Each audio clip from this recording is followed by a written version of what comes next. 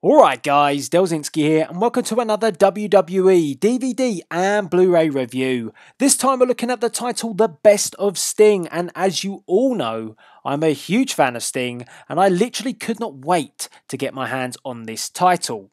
Now this title was supplied to me by those good guys at www.dvd.co.uk. And as I always say, this is your best source for all WWE, DVD and Blu-ray content. So if you like the sound of my review, check the link in the description box below and you can head over there and check them out. The Best of Sting is available now and you can pick this title up in two available formats. You've got the DVD version priced at £29.99 and you've got the Blu-ray version priced at £34.99. And this title is certificated a 15. Now just for the purpose of this review, I was given the DVD version. Now this title is made up of 3 discs, that's the DVD, and it starts off with a journey down memory lane for any Sting fan. Now it's very interesting to note that if you are trying to understand Sting and how he started out, that Sting didn't actually start off in the wrestling business. It wasn't actually his chosen course of progression where he wanted to move to. He originally started off as a bodybuilder, pumping weights, getting jacked, getting built. That was what he did. He actually worked in a Gold's Gym.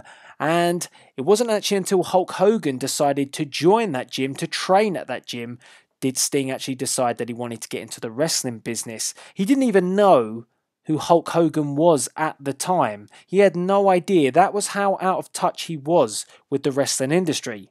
But after getting to see what Hulk Hogan's lifestyle was like, hanging around with Hogan a little bit, he knew that he wanted to move into the industry. And as well, he had that look and that style that really did get him into the industry as well. Because back then it was all about being huge, big guys.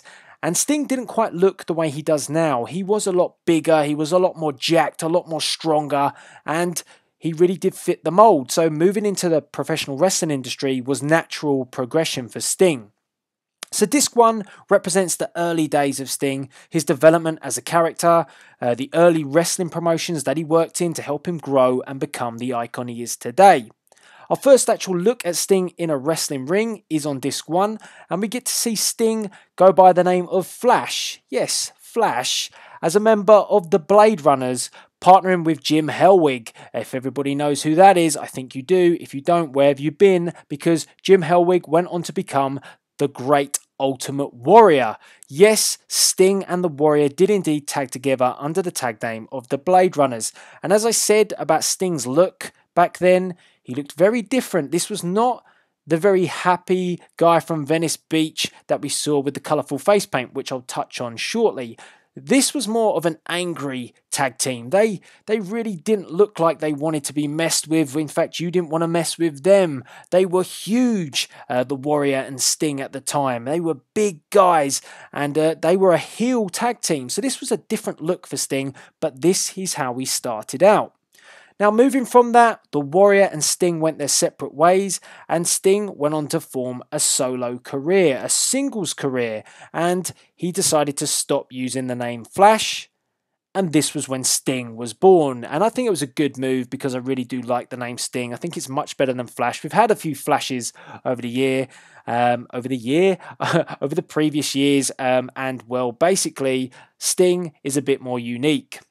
So Sting was the chosen name, and Sting's career was born as a solo competitor. And this was when he started sporting, as I said just a minute ago, that trademark look, colourful face paint, blonde hair, and he became a powerful, power slamming, suplex dropping, young, absolute powerhouse of a talent. And it didn't take long for some of the older generation to get wind of this, and that was when his first encounter with the Nature Boy, Ric Flair, came about at UWF. Yes, this was a wrestling promotion that Sting started out in. Now, Sting and Ric Flair, everybody knows that they had a tremendous rivalry over the years, and quite possibly it was Sting's greatest ever rivalry. Now, you get that match from UWF between Sting and Flair, and then Sting actually decided to stay with UWF, which was taken over by Jim Crockett's National Wrestling Alliance, the NWA. Now, the NWA coming into town only made Sting get even bigger. It was an even bigger platform for Sting to showcase his persona on, and his gimmick was unique at the time. I mean, he was a big guy. He stood out from the crowd. He had that blonde and that colourful face paint, and it really did look good for Sting, and nobody looked like Sting at the time.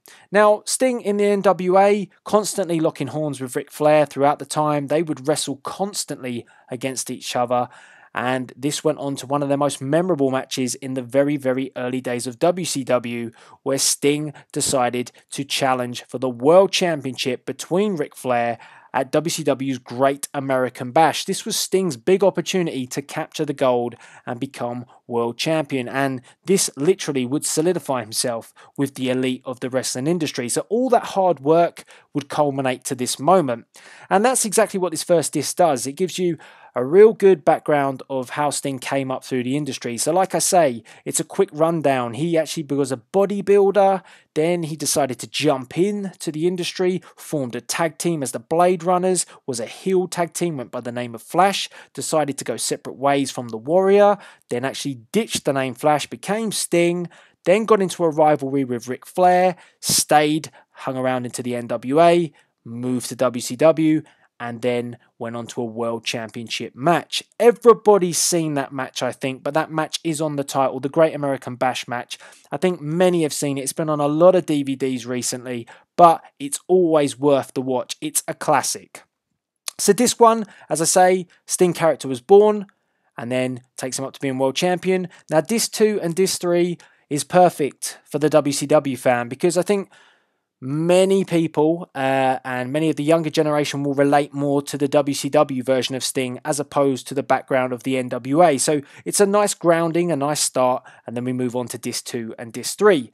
And as I say, this is where the franchise player was established. This is where Sting became an icon, because he is the face of WCW. He forever will be the face of WCW. And in disc 2, you get to see all the matches of when he was the franchise Sting, the Venice Beach Boy. And this transitions into disc 3, where disc 3 is all about him making the change from the Venice Beach Boy to the Crow version of Sting. And the feud with the NWO all comes in disc 3.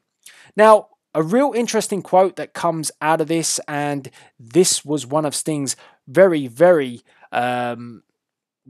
memorable promos that he had out his career, was, remember him saying, "The only thing that's for sure about Sting is nothing's for sure." And I think that really does sum up Sting's career at that time when he made the change from the Venice Beach Boy to the Crow, because I don't think anybody knew what was going to happen with Sting, because at that point it was a real change between the way WCW operated, because they were looking for a new edgy style. They had the NWO. This was Eric Bischoff's version of WCW. This was moving away from the more gimmicky stuff, and ultimately that impacts Sting, because Sting was a gimmick. I mean, the blonde hair, the face paint, the colourful tights, I mean, all of that was becoming a bit dated when the wrestling industry was becoming more edgy.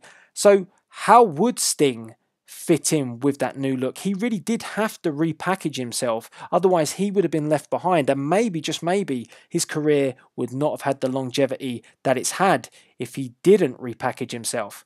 What I found interesting about this point of the DVD, or on disc 3, is the discussion about how the Crow came about and who actually invented the Crow, because many of you will probably just think, oh, that's an Eric Bischoff creation. No, it's not. It was actually another superstar, and you'll be very amazed at who it came from. Someone came up to take that idea. Someone said, hey, you ever seen the movie The Crow? Well, why don't you think about taking that look and becoming more of a, a distant type of character, still keeping your face paint, but becoming more dark and more mysterious. And that's exactly what Sting did. He took on board the idea that was pitched to him, and he reinvented himself, and he became the Crow. And I think it was probably one of the best things that he's ever done. And it's a lot, to a lot of people's credit from WCW days, a lot of people also said the same. So, I mean, it was a massive deal when Sting took that change, and it was probably one of the biggest storylines ever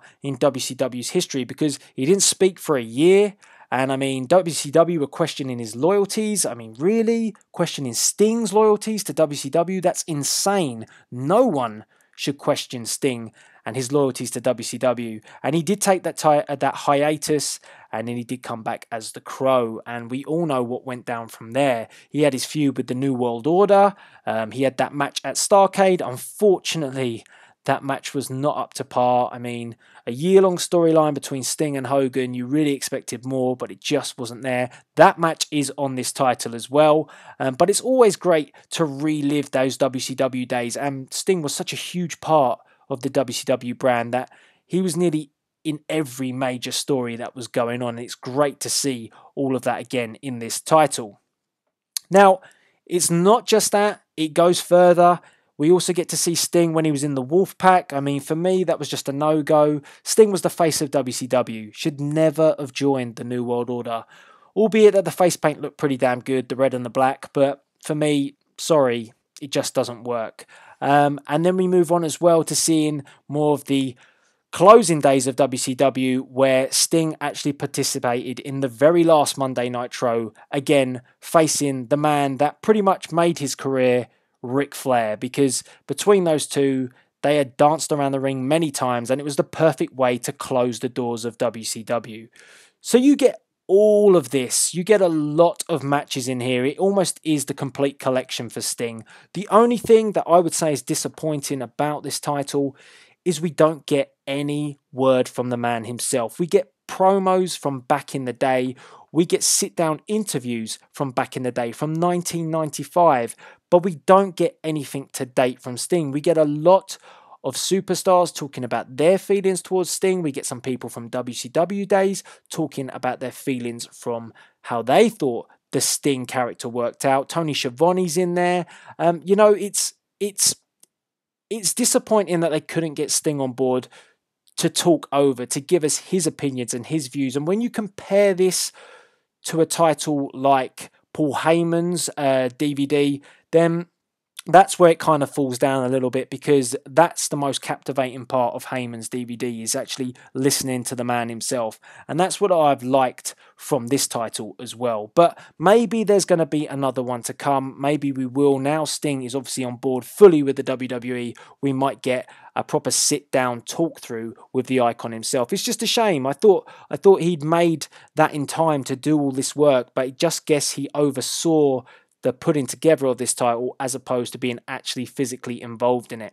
So that's my only knock of this title. But other than that, if you're a fan of the icon Sting, if you're a fan of WCW, if you're a fan of the NWA, if you're a fan of the NWO, if you're a fan of just the Stinger in general, there's so much to be a fan of this title. This is the one for you. It really does bring back that nostalgia, that feel of WCW, that feel of the icon, and it's great to relive some of his greatest moments. So guys, if you like the sound of this, I've left the link in the description box below. You can head over to www.dvd.co.uk and you can put in your order right now. It is available now to go and purchase. I think it was a solid DVD compilation. It has all the matches that you would expect. It has all the matches you want to see. It's just a shame that Sting could not be involved himself. So guys, all that's left to be said, as per usual, is please rate, comment and subscribe. Let me know via the comments box below if you are going to pick up this title. I'd love to know your views. Let me know what your favourite ever Sting match was. That would be great to hear. What was your favourite version of Sting as well? Was it the Venice Beach Boy? Was it the one from the Blade Runners? Or was it indeed the Crow version of Sting? All that's left to be said is please rate, comment and subscribe. Until the next WWE DVD and Blu-ray review, this is Delzinski, as always, signing out.